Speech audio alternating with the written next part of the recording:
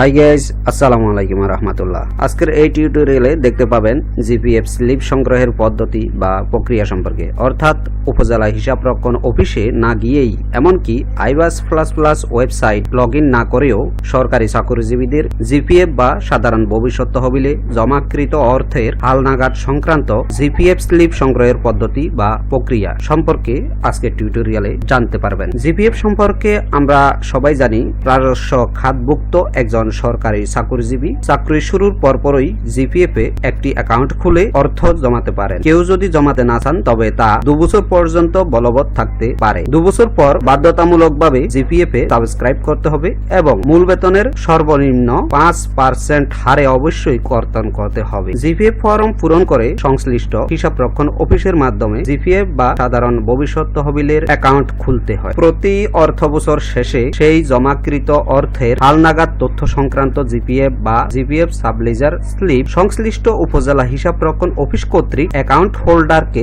প্রদান করতে হয়। কিন্তু আপনাদের স্ক্রিনে প্রদর্শিত হিসাব মহানিয়ন্ত্রকের কার্যালয়ের স্বাক্ষরিত সার্কুলারের ক্ষমতা বলে 2022-23 অর্থ বছর থেকে সেই ধরনের জিপিএফ স্লিপ বা জিপিএফ সাবলেজার স্লিপ সংশ্লিষ্ট উপজেলা হিসাবরক্ষণ অফিস কর্তৃক আর সরবরাহ করা হবে না। জিপিএফ স্লিপ বা জিপিএফ সাবলেজার স্লিপ না দেওয়ার নির্দেশনার পাশাপাশি সরকারি চাকরিজীবীগণ কিভাবে কোথা থেকে জিপিএফ স্লিপ বা জিপিএফ সাবলেজার স্লিপ সংগ্রহ করবেন তারও নির্দেশনা রয়েছে এই সার্কুলারে জিপিএফ স্লিপ বা জিপিএফ সাবলেজার স্লিপ সংগ্রহ করার জন্য দুটি ওয়েবসাইটের দুটি পদ্ধতিরও উল্লেখ রয়েছে। এই দুটি পদ্ধতির যে কোনো একটি ব্যবহার করে সংশ্লিষ্ট উপজেলা হিসাবরক্ষণ অফিসে না গিয়েও যখন ইচ্ছে তখনই একজন সরকারি চাকরিজীবী হিসেবে প্রত্যেকেই তাদের জিপিএফ স্লিপ বা জিপিএফ সাবলেজার স্লিপ সংগ্রহ করতে পারবেন এবং সেটা সম্ভব ল্যাপটপ পিসির পাশাপাশি আপনার হাতে থাকা অ্যান্ড্রয়েড মোবাইল দিয়েও। এন্ড সেটাই আজকে টিউটোরিয়ালে দেখা যাচ্ছে। আর কথা না বাড়িয়ে চলুন আমরা আমাদের মূল পর্বে ফিরে যাই। আমি আবুল হোসেন স্বপন, আপনারা দেখছেন চ্যানেল অনলাইন টিউটোরিয়াল ভার্সিটি।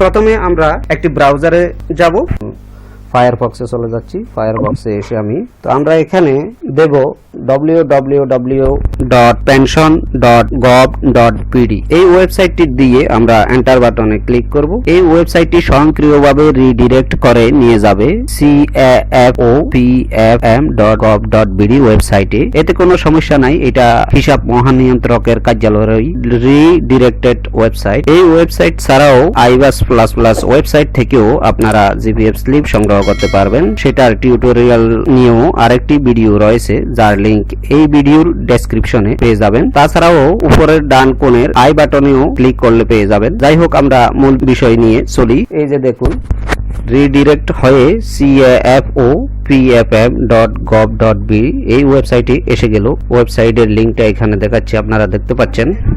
আমাদেরকে রিডিরেক্টেড একটি ওয়েবসাইটে নিয়ে আসলো, যেটা হিসাব মহানিয়ন্ত্রকেরই। তো এখানে আমরা একটু স্ক্রল করলে নিচের দিকে কয়েকটা সেকশন দেখতে পাচ্ছি। এখানে 3টা সেকশন রয়েছে। 3টা সেকশনের ভিতরে মাঝখানে আমরা দেখতে পাচ্ছি জিপিএফ ইনফরমেশন, আর প্রথমে আছে পেনশন পেমেন্ট ইনফরমেশন। এখানে পেনশনারদের জন্য এই সেকশনটা, আর এই সেকশনটা হচ্ছে জিপিএফ ইনফরমেশন। এই সেকশন থেকেই জিপিএফ তথ্য বা জিপিএফ স্লিপ সংগ্রহ করা হয়। এখন আমরা জিপিএফ ইনফরমেশনের এখানে ক্লিক হিয়ার যে বাটনটা দেখতে পাচ্ছেন, আমরা ক্লিক হিয়ার বাটনে ক্লিক করব। তারপরে এখানে আমরা একটা ফর্ম দেখতে পাচ্ছি জিপিএফ ইনফরমেশনের। এখানে যেই সরকারি কর্মচারীর জিপিএফ স্লিপ বা জিপিএফ সাবলেজার স্লিপ সংগ্রহ করবেন তার NID, smart ID, phone number, fiscal year. আমরা এখানে 3টা অপশন ফিল আপ করব। ফিল আপ করে আমরা সাবমিটে ক্লিক করব। এখানে আপনি যে অর্থ বছরের জিপিএফ হিসাব জানতে চান বা জিপিএফ স্লিপ বা জিপিএফ সাবলেজার স্লিপ সংগ্রহ করতে চান, সেই অর্থ বছরটা এখানে ক্লিক করবেন। সবেমাত্র যেটা আপনার অর্থ বছর শেষ হবে বা যেটা অর্থ বছর চলমান রয়েছে মাঝামাঝি, যে সেটাই আপনি সিলেক্ট করবেন। তো আমি এখন এখানে যে কোনো একটা সিলেক্ট করে আপনাদেরকে দেখাচ্ছি। তারপর আমি সাবমিট বাটনে ক্লিক করতেছি। টিউটোরিয়ালটি ভালো লাগলে লাইক, কমেন্ট ও শেয়ার করতে ভুলবেন না। পাশাপাশি এই চ্যানেলে নতুন হয়ে থাকলে আপনাকে সাবস্ক্রাইব বাটনটিতে একটা ক্লিক করার জন্য সবিনয়ে অনুরোধ করছি। এখন আমি যে রেজিস্টার্ড করা মোবাইল নাম্বারটা এখানে দিয়েছি, অর্থাৎ আপনি যে মোবাইল নাম্বার দিয়ে জিপিএফ অ্যাকাউন্ট ক্রিয়েট করেছেন অথবা iBAS অ্যাকাউন্ট ক্রিয়েট করতে যে মোবাইল নাম্বারটা আপনি ব্যবহার করেছেন সেই মোবাইল নাম্বারে এই ওয়েবসাইট থেকে একটা ওটিপি সেন্ড করেছে। এখন সেই ওটিপিটা আমি মোবাইল থেকে দেখে এই ফর্মে টাইপ করব।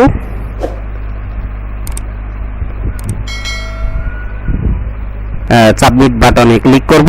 সাবমিট বাটনে ক্লিক করার পর আমাকে এইরকম এন্ট্রি করা ডাটা দেখাচ্ছে, আপনি মোবাইলেও দেখতে পাবেন। আমি এখন মোবাইল ভার্সনও আপনাদেরকে দেখাচ্ছি।